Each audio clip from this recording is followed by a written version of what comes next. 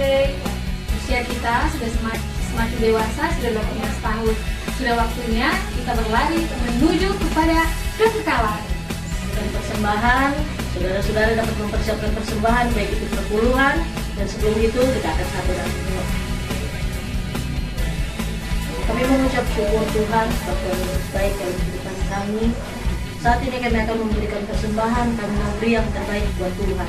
Biarlah apa yang kami beri dapat berguna untuk pelayanan di muka bumi ini, dan biarlah itu juga menjadi sumber berkat bagi kehidupan kami. Kami memberi persembahan dengan penuh ucapan syukur di dalam nama Tuhan Yesus Kristus. Haleluya.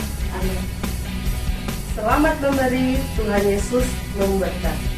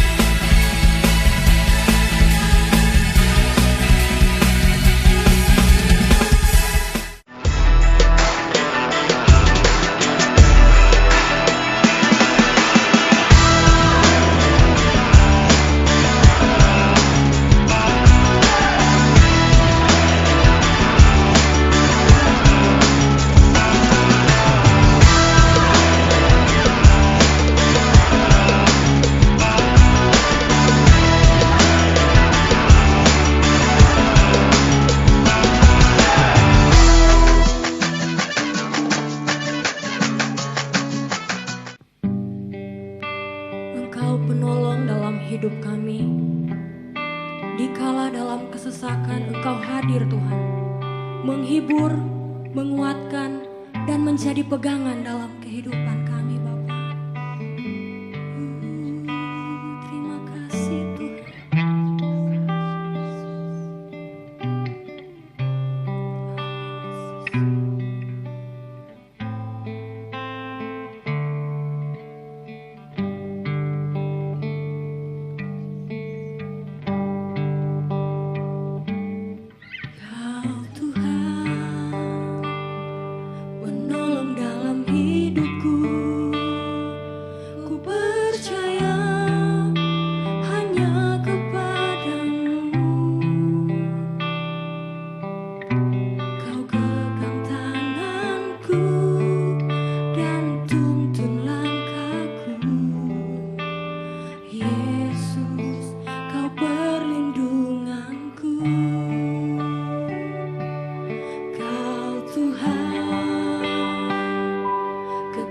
Dalam hidupku, ku telanku dalam kesesakan.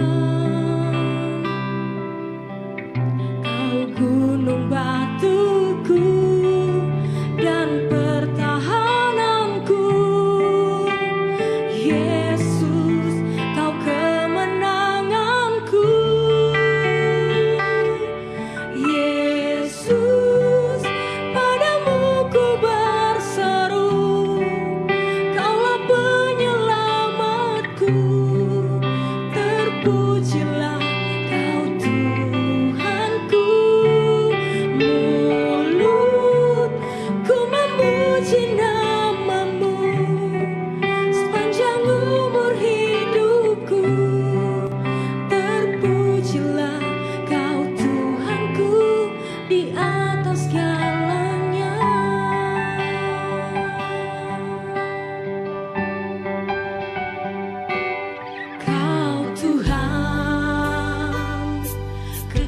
Dalam hidupku, penolongku dalam kesesakan.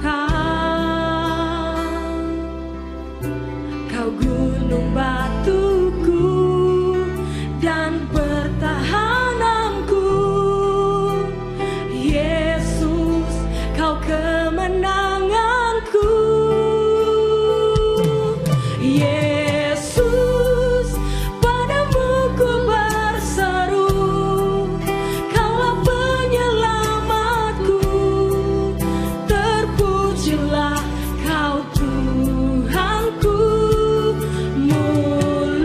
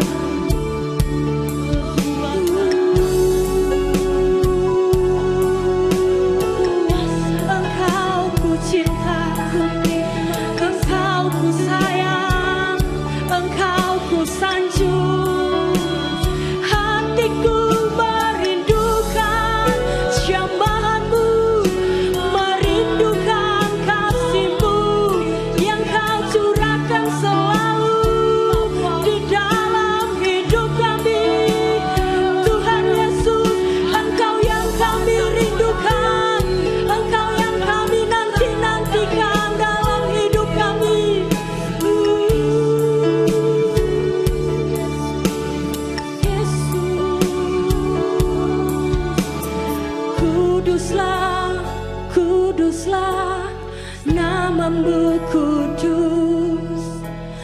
Kuduslah, kuduslah, nama yang kudus, nama Yesus, nama yang indah, yang menjadi pertahanan kami, yang menjadi kekuatan kami, yang menjadi panutan kami. Yesus, kepadamu kami berseru. Kami tak bisa tanpa-Mu Tuhan, kami tak bisa tanpa pertolongan-Mu Bapa. Kami tak mampu melalui setiap tantangan di depan kami. Kami tak mampu Tuhan, tapi karena pertolongan-Mu, Engkau yang memampukan ku melewati setiap tantangan, setiap kesesakan, setiap pergumulan yang menindihku. Engkau buka jalan, Engkau bebaskan, Engkau lepaskan, dan ku terima kemenangan demi kemenangan, karena Engkau penolong yang setia di dalam hidup kami. Yesusku, Kau ku cintai, Kau ku sayangi di dalam hidupku. Satu-satunya yang ku andalkan, satu-satunya yang ku sanjung, satu-satunya yang ku cintai, hanya Yesus, pemilik hidupku, pemilik hidupku, yang berkuasa atasku. Terima kasihku padamu buat cinta yang luar biasa, yang tak pernah diberikan oleh dunia ini. Yesus, cintamu yang luar biasa, yang rela menyerahkan nyawamu untuk gantikanku yang berdosa ini. Engkau benar-benar penolongku, Engkau benar-benar kekuatanku. Sungguh ku bangga jadi anakmu, sungguh ku bersuka cita tinggal di dalam-Mu, Yesusku.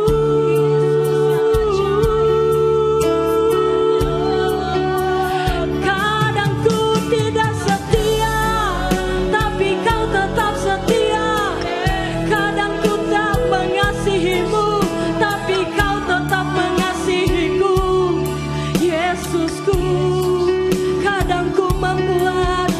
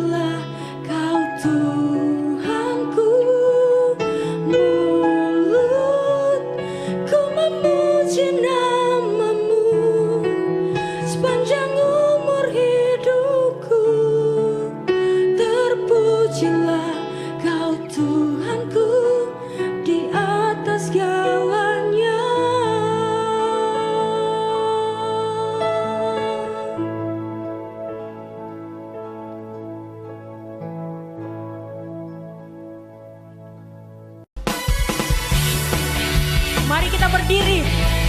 Kita mau puji Dia. Kita mau agungkan namanya yang kudus. Yes. Woo.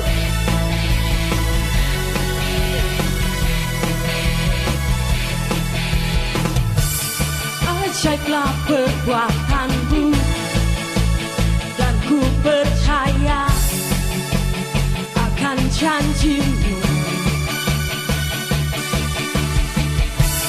Berjalan bersamamu, ku takkan ragu, kau pedomanku. Firman-Mu terangku, pelita hidupku, tiada yang mustahil bagimu. Terbesar kuasa-Mu, tinggikan nama-Mu, dimuliakan selamanya. Yesus, Kaulah segalanya, semua ku berikan hanyalah padamu. Kau Tuhan dan Rajaku, Yesus, Kaulah segalanya.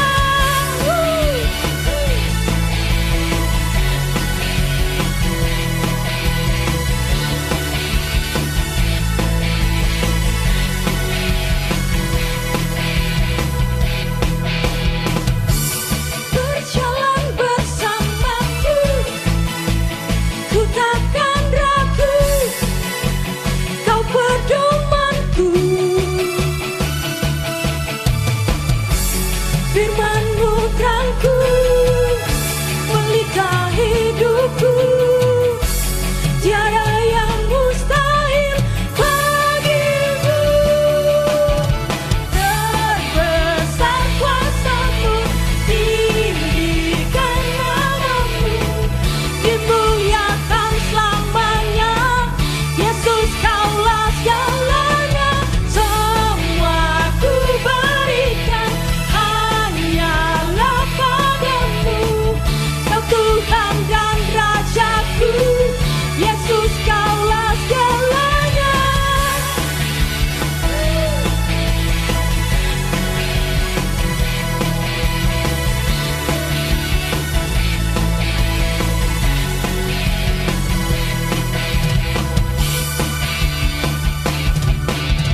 Terbesar kuasa-Mu, tinggikan nama-Mu, dimuliakan selamanya. Yesus, Kaulah segalanya, semua ku berikan hanyalah padamu. Tuhan dan Rajaku, Yesus, Kaulah segalanya.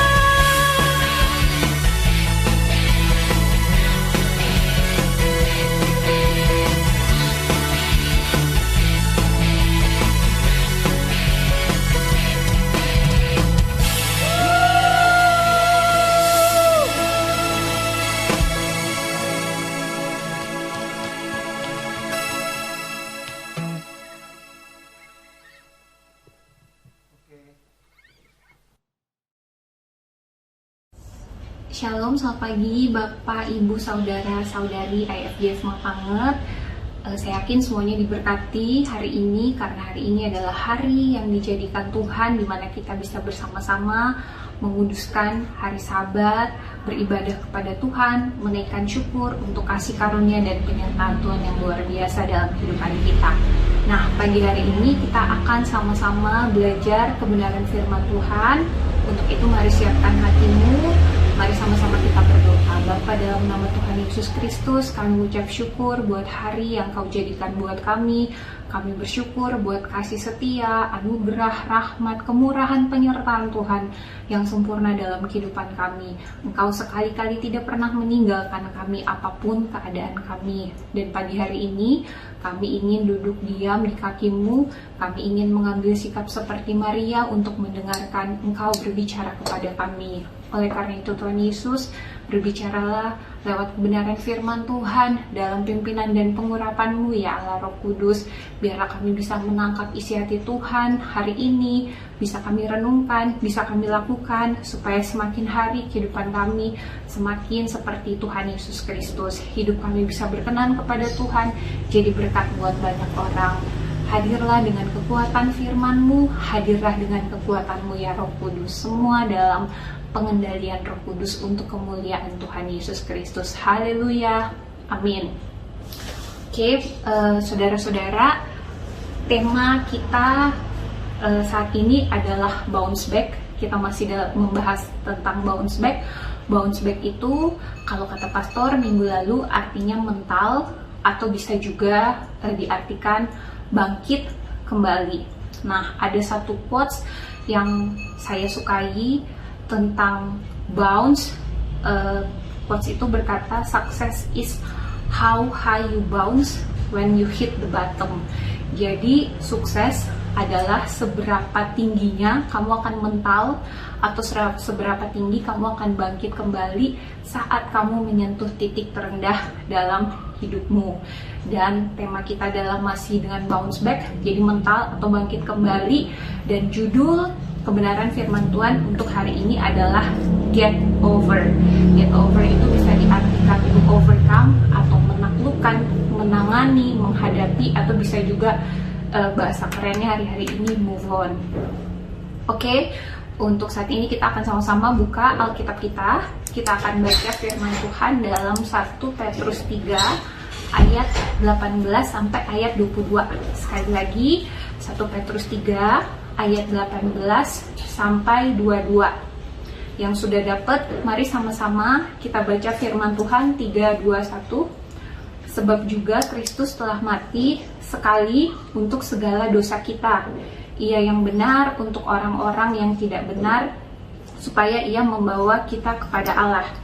Ia yang telah dibunuh dalam keadaannya sebagai manusia, tetapi yang telah dibangkitkan menurut roh. Dan di dalam roh itu juga ia pergi memberitakan Injil kepada roh-roh yang di dalam penjara, yaitu kepada roh-roh mereka yang dahulu pada waktu Nuh tidak taat kepada Allah, ketika Allah tetap menanti dengan sabar waktu Nuh sedang mempersiapkan bahteranya, di mana hanya sedikit, yaitu 8 orang yang diselamatkan oleh air bah itu. Juga kamu sekarang diselamatkan oleh kiasannya, yaitu baptisan. Maksudnya bukan untuk membersihkan kenajisan jasmani, melainkan untuk memohonkan hati nurani yang baik kepada Allah oleh kebangkitan Yesus Kristus, yang duduk di sebelah kanan Allah setelah ia naik ke sorga, sesudah segala malaikat, kuasa, dan kekuatan ditaklukkan kepadanya. Nah, itu adalah pembacaan firman Tuhan.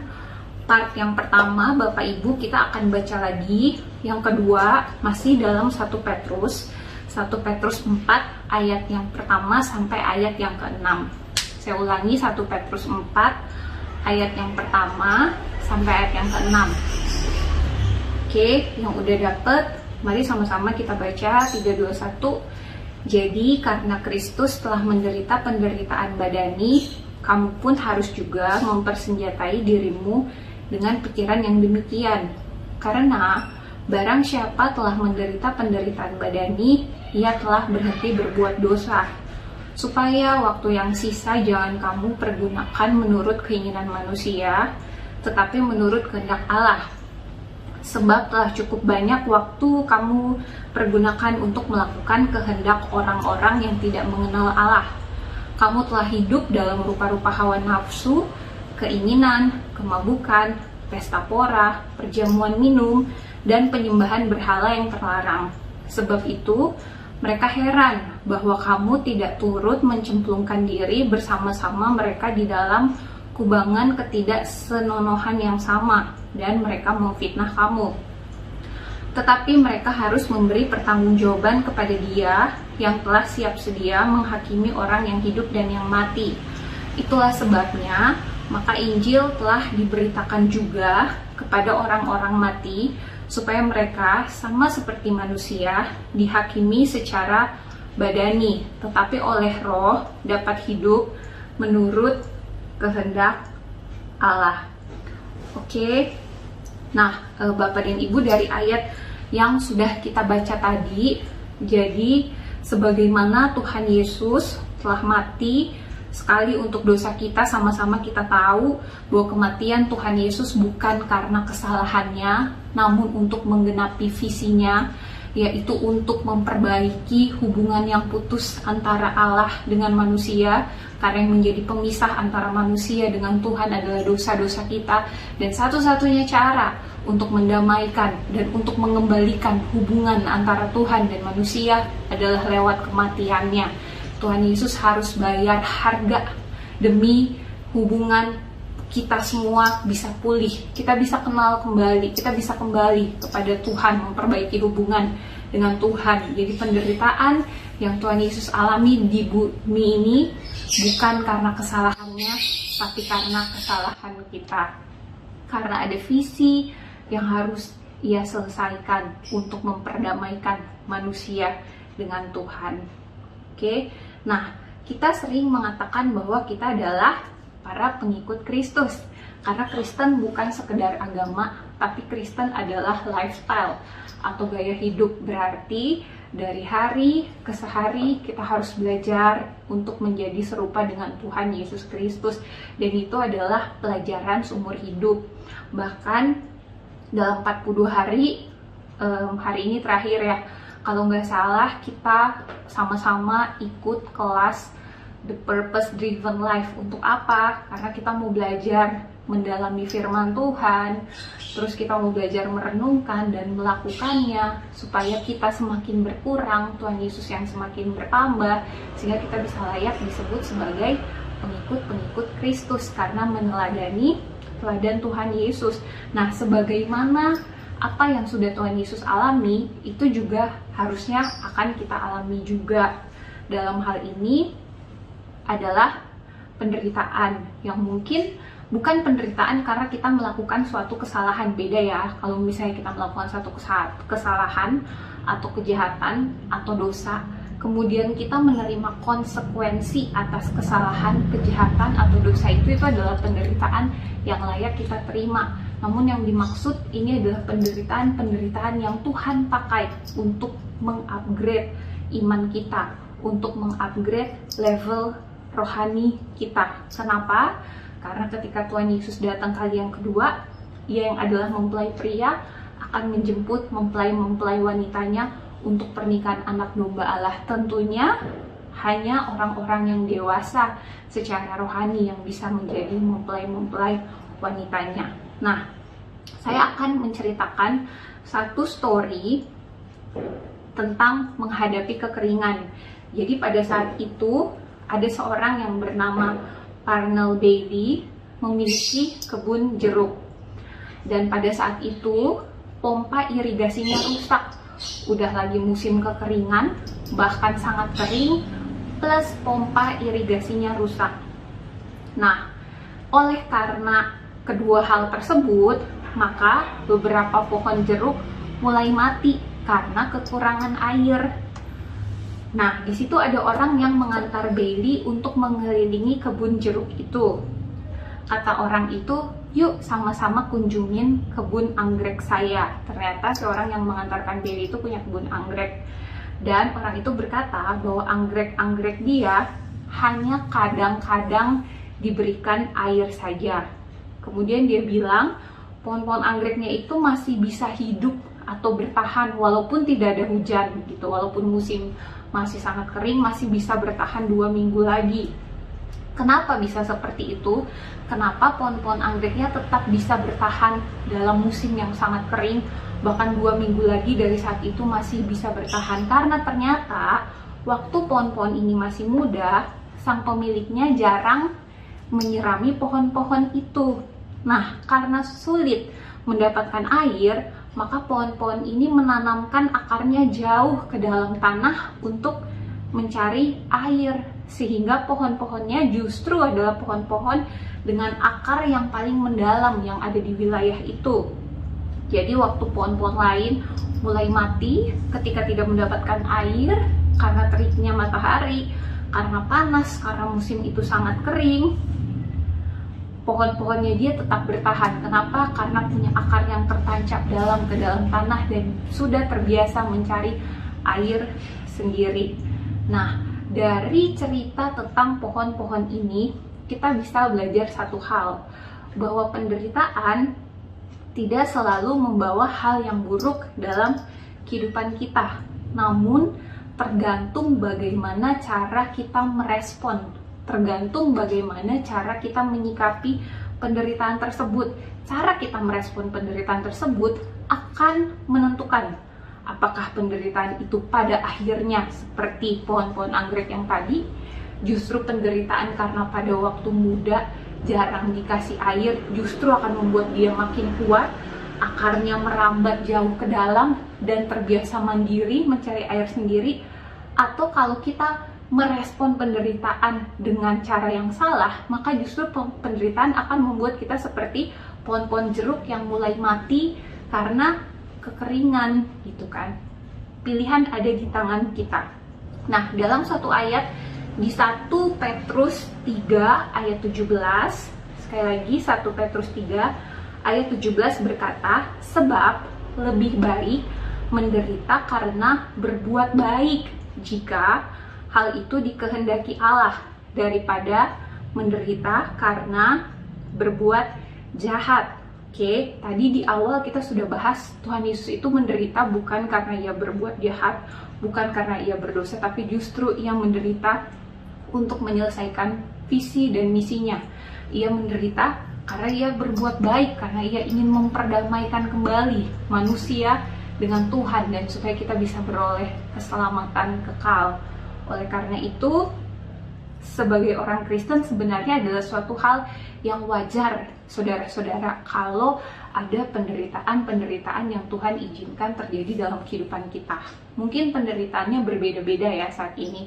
Mungkin ada yang menderita, ada masalah keluarga gitu kan, masalah dengan pasangan mungkin, atau dengan anak-anak, atau mungkin ada yang sedang mengalami penderitaan karena efek pandemi dalam hal ekonomi atau finansial, dalam pekerjaan. Mungkin ada yang kehilangan pekerjaan, ada yang kehilangan income, atau ada yang mungkin gajinya dipotong, atau ada juga yang sedang mengalami penderitaan mungkin dalam pelayanan dan lain-lain sebagainya, dalam sakit penyakit. Berbeda-beda, tapi ingat, yang paling menentukan bukan penderitaan itu sendiri, tapi bagaimana cara kita meresponi penderitaan tersebut. Oke, nah hari ini kita akan belajar 3 hal, saudara-saudara, untuk menghadapi penderitaan. Jadi ada 3 poin. Yang pertama, dalam penderitaan yang harus kita manage adalah pikiran kita. Kemudian yang kedua yang harus kita manage adalah waktu kita. Dan yang ketiga yang harus kita manage adalah keputusan kita. Nah, Bapak dan Ibu, saudara-saudara, kemarin dalam salah satu chapter yang kita pelajari di The Purpose Driven Life, itu saya ingat ada satu pembahasan oleh penulis Rick Warren yang mengatakan seperti ini.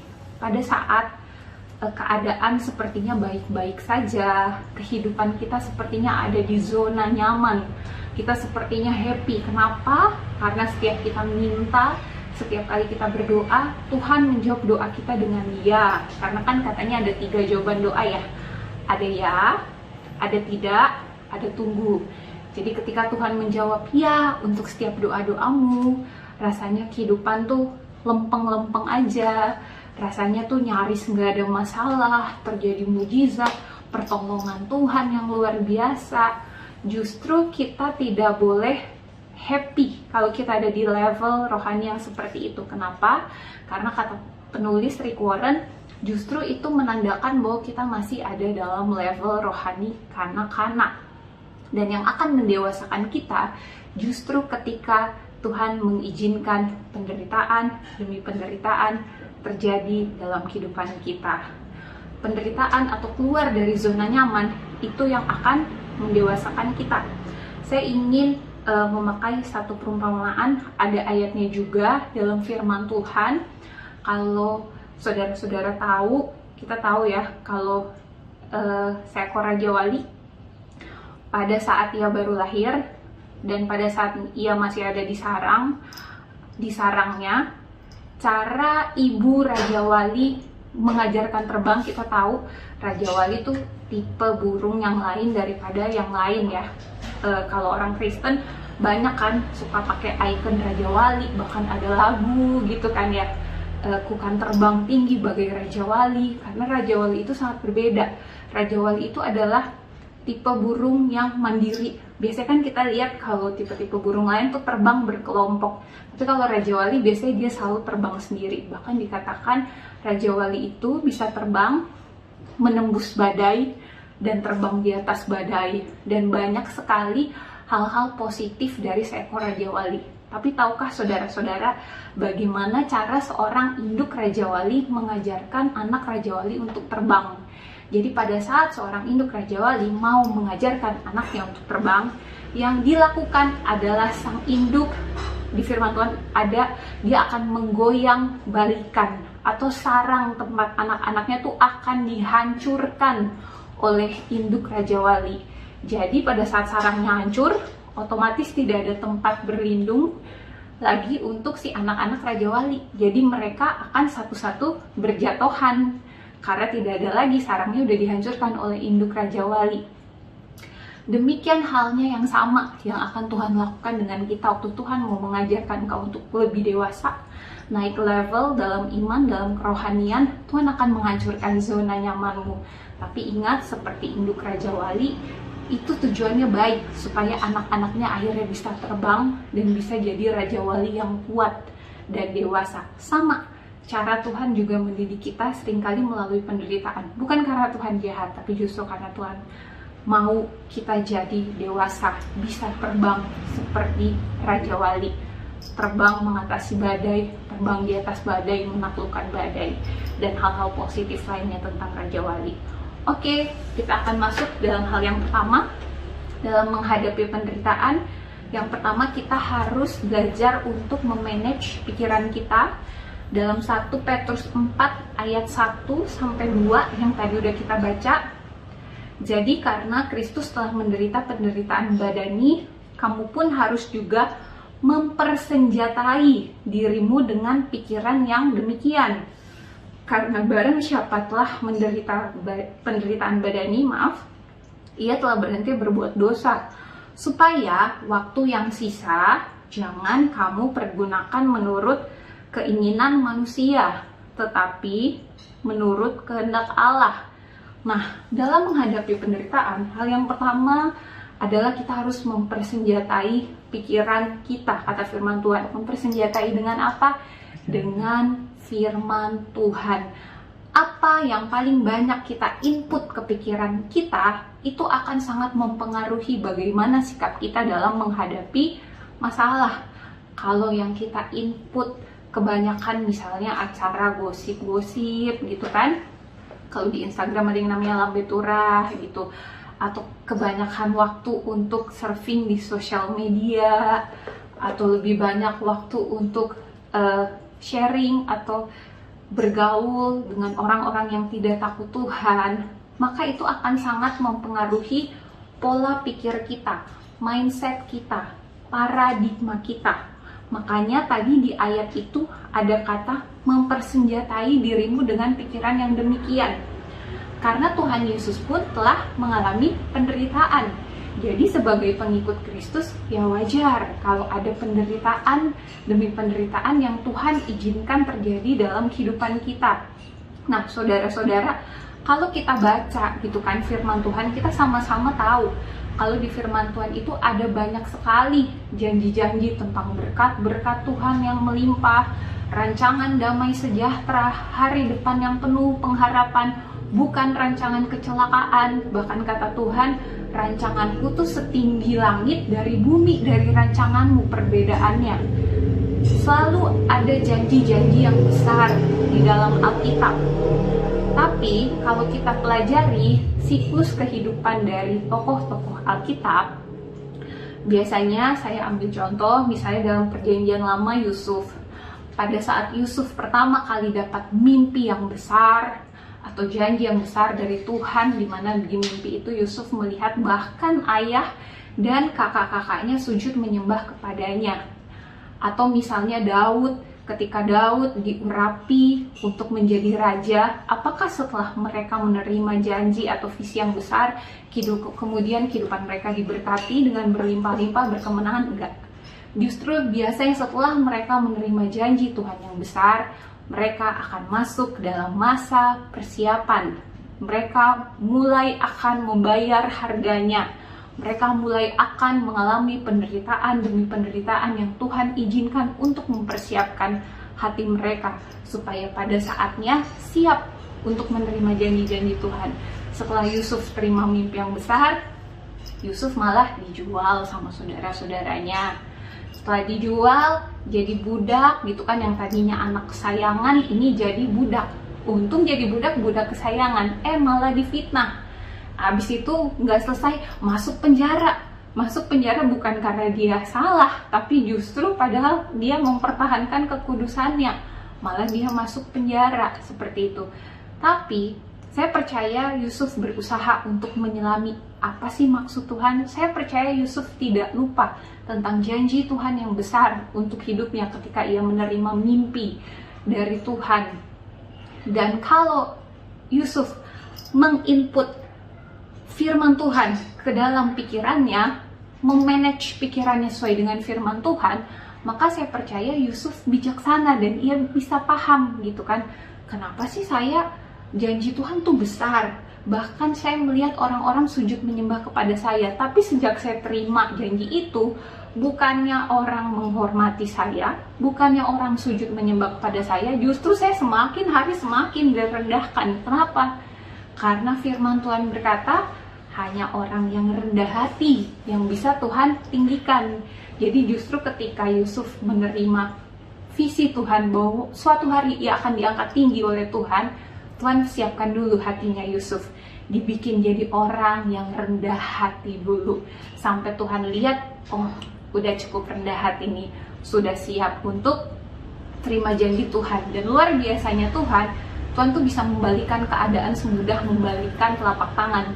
Dalam sekejap mata, kita sama-sama tahu, dalam sekejap mata tiba-tiba Yusuf yang adalah narapidana bisa jadi orang kedua di Mesir. Itu adalah hal yang luar biasa seperti itu. Jadi ketika kita mempersenjatai diri kita, pikiran kita dengan firman Tuhan, ketika kita mengkonsumsi firman Tuhan, itu akan sangat membantu kita untuk memandang penderitaan dari sudut pandangnya Tuhan, bukan fokus untuk mengasihani diri sendiri. Aduh, kasihan Tuhan, kia padang kita hidup menderita begini, itu orang lain sedangkan ibadah jarang, markia pada pelia dia senang, kiapa kita ikut Tuhan malah menderita. Halo, belajar untuk fokus pada maksud Tuhan. Sebenarnya maksud Tuhan apa? Ketika kita mengalami penderitaan, kita harus tanya Tuhan, berdoa, baca firman Tuhan. Tuhan tuh maunya apa? Karena setiap penderitaan yang Tuhan izinkan terjadi dalam kehidupan kita, tujuannya adalah untuk kebaikan kita. Ya, saudara-saudara, tadi kita sudah bahas poin yang pertama, tentang memanage pikiran kita. Nah, dalam menghadapi penderitaan, poin yang kedua yang perlu kita lakukan adalah memanage waktu kita. Dalam firman Tuhan di 1 Petrus 4 ayat yang kedua, sekali lagi 1 Petrus 4 ayat yang kedua, supaya waktu yang sisa jangan kamu pergunakan menurut keinginan manusia, tetapi menurut kehendak Allah. Nah, hari-hari ini mari sama-sama kita, tidak peduli berapa usia kita, profesi kita apa, kita mulai memperhatikan kembali cara kita mempergunakan waktu-waktu hidup kita. Setiap hari kita paling banyak menghabiskan waktu kita untuk apa? Saudara-saudara, itu harus diperhatikan dengan baik, gitu kan. Saat ini orang baru bangun pagi, pasti yang pertama kali dilihat adalah smartphone. Apakah itu mungkin baca berita, atau buka sosmed, atau mungkin ngecek messengernya, WhatsApp, dan lain-lain. Nah, mungkin hari-hari ini kita berpikir itu adalah hal yang normal.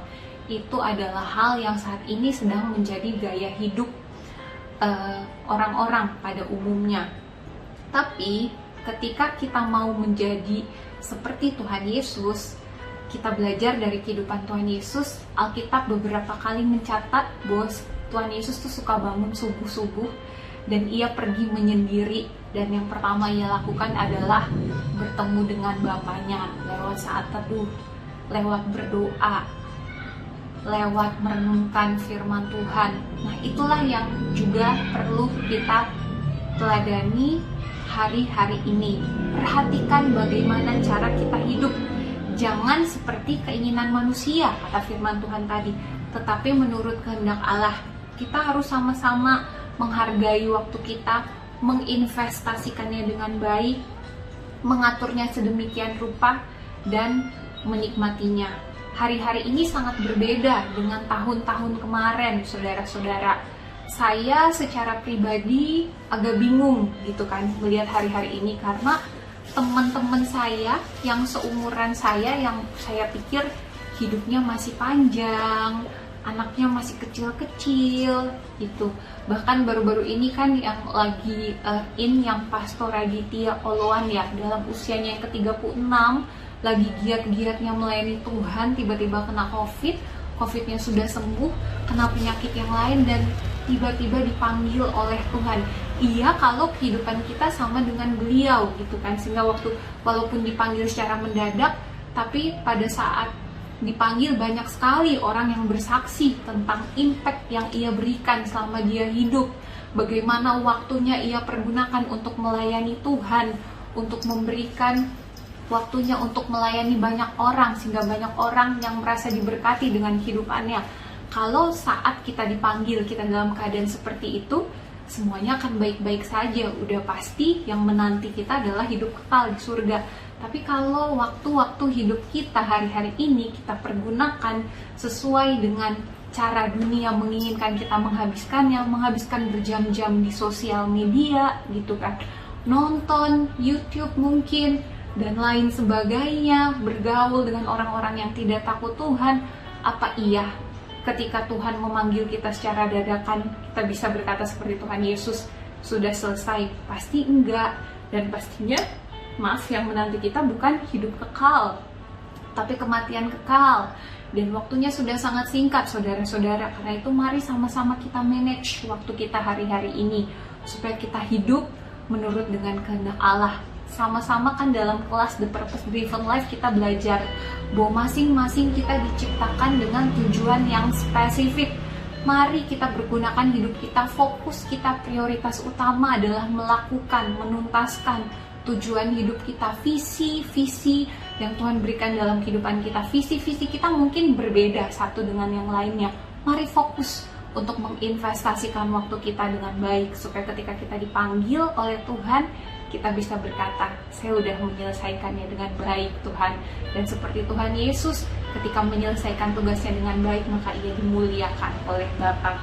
Itu poin yang kedua. Dan poin yang terakhir hari ini, yang pertama tadi manage pikiran kita, yang kedua manage waktu kita, yang ketiga adalah manage decision atau keputusan kita.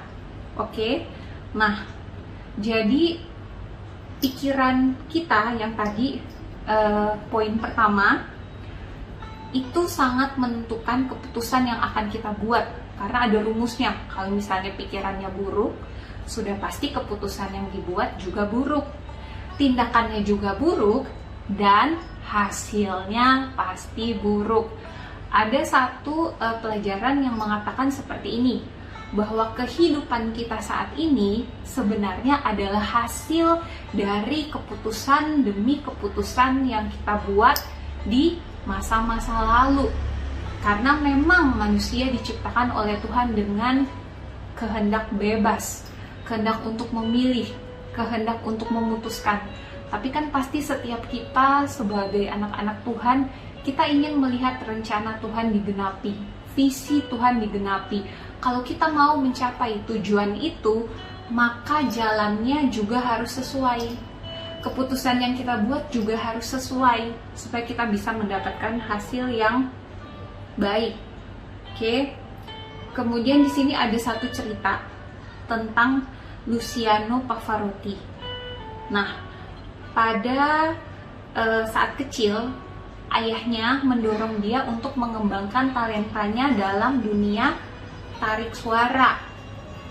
Dan dia belajar dari seorang guru yang adalah penyanyi tenor profesional. Namun saat itu ia juga kuliah untuk menjadi seorang guru. Selesai kuliah dia bingung gitu kan. Dia bertanya pada ayahnya, "Ayah, jadi saya nih mendingan jadi guru atau jadi penyanyi gitu kan, atau dua-duanya aja gitu sambil jadi guru sambil jadi penyanyi?" Dan ayahnya menjawab, "Luciano, kalau kamu berusaha duduk di dua kursi, kamu akan jatuh di tengah-tengah mereka. Jadi dalam kehidupan ini kita tidak bisa menjadi orang yang mendua hati. Bahkan firman Tuhan berkata, jangan mendua hati. Kita tidak bisa mengabdi kepada Tuhan dan mengabdi kepada Mamon. Jadi harus ada satu keputusan yang kita pilih untuk menjadi fokus kehidupan kita. Dalam kehidupan kekristenan kita harus pilih. Kita mau menjadi orang-orang yang hidup sesuai dengan keinginan roh atau hidup sesuai dengan keinginan daging. Dua hal ini adalah bertentangan. Gak mungkin seseorang bisa menghidupi dua kehidupan ini. Menghidupi kehidupan roh oke, kehidupan daging juga oke. Atau mungkin selang-seling, tidak bisa. Karena yang ada ia udah pasti akan jatuh. Seperti cerita perumpamaan yang tadi. Nah, jadi saudara-saudara, mari hari-hari ini buat keputusan yang tepat. Pastinya keputusan yang akan mendatangkan hasil yang baik adalah ketika kita membuat keputusan sesuai dengan kehendak Tuhan. Tapi pertanyaannya lagi, gimana caranya saya membuat keputusan sesuai dengan kehendak Tuhan? Kalau kita melakukan poin yang pertama, memanage pikiran kita, input firman Tuhan, yang dipikirkan adalah firman Tuhan, segala sesuatu yang berhubungan dengan Tuhan. Yang kedua, kita mempergunakan waktu-waktu kita dengan bijaksana untuk menuntaskan visi atau tujuan hidup kita di dunia ini.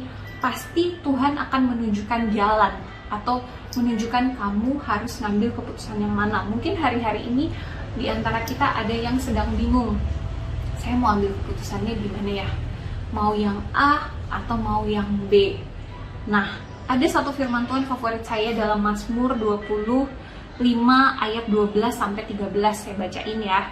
Mazmur 25 ayat 12-13. Siapakah orang yang takut akan Tuhan? Kepadanya Tuhan menunjukkan jalan yang harus dipilihnya.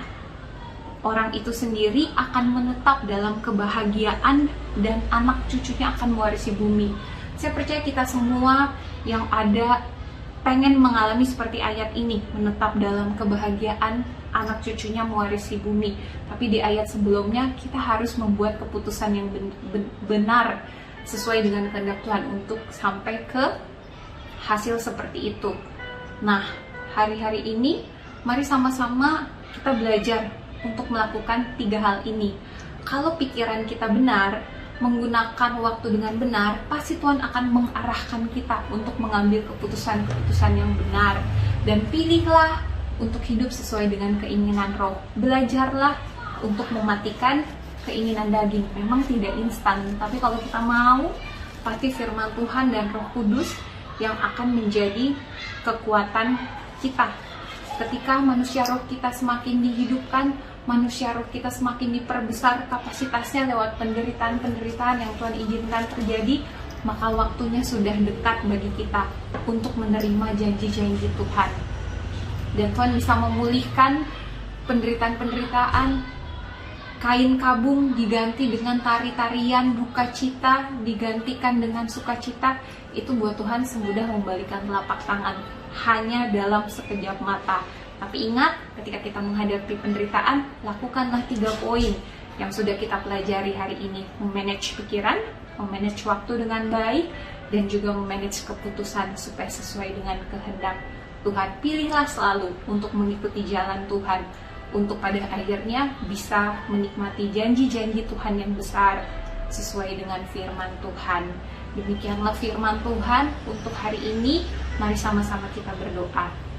Tuhan Yesus, terima kasih buat kebenaran firman-Mu hari ini Ya Roh Kudus, ajar kami, walaupun dalam penderitaan demi penderitaan yang Kau izinkan terjadi dalam kehidupan kami, ajar kami untuk melihat penderitaan itu dari sudut pandang Tuhan. Karena kata firman Tuhan, Allah turut bekerja dalam segala sesuatu untuk mendatangkan kebaikan bagi orang-orang yang mengasihi Engkau, yang terpanggil sesuai dengan rencana-Mu, supaya kami menjadi orang-orang yang bijaksana, mempergunakan waktu kami dengan bijaksana. Keputusan-keputusan yang kami buat adalah keputusan yang sesuai dengan kehendak Tuhan, sehingga kami bisa menjadi orang-orang yang mengalami, yang menikmati janji-janji Tuhan di dunia ini, bahkan di surga dalam kekekalan bersama dengan Engkau. Terima kasih Tuhan Yesus, segala pujian, syukur, penghormatan, pengagungan, dan kemuliaan hanya bagi Tuhan Yesus sekarang sampai selamanya.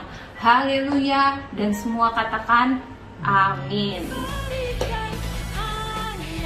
Mari umat yang berkemenangan di dalam Tuhan, penuh dengan sukacita iman, kita bangkit berdiri, kita terima berkat Tuhan.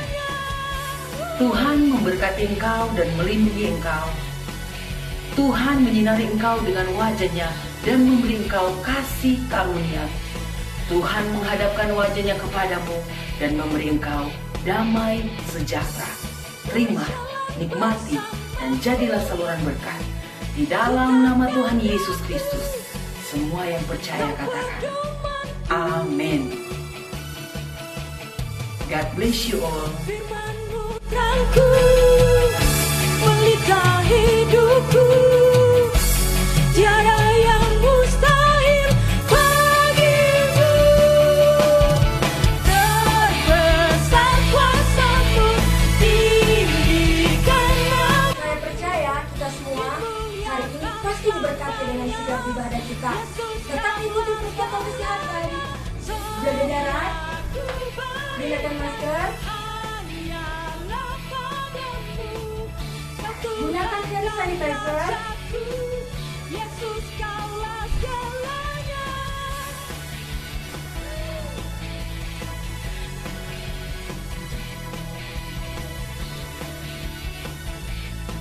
sampai jumpa lagi di Super Sunday berikutnya. Bye!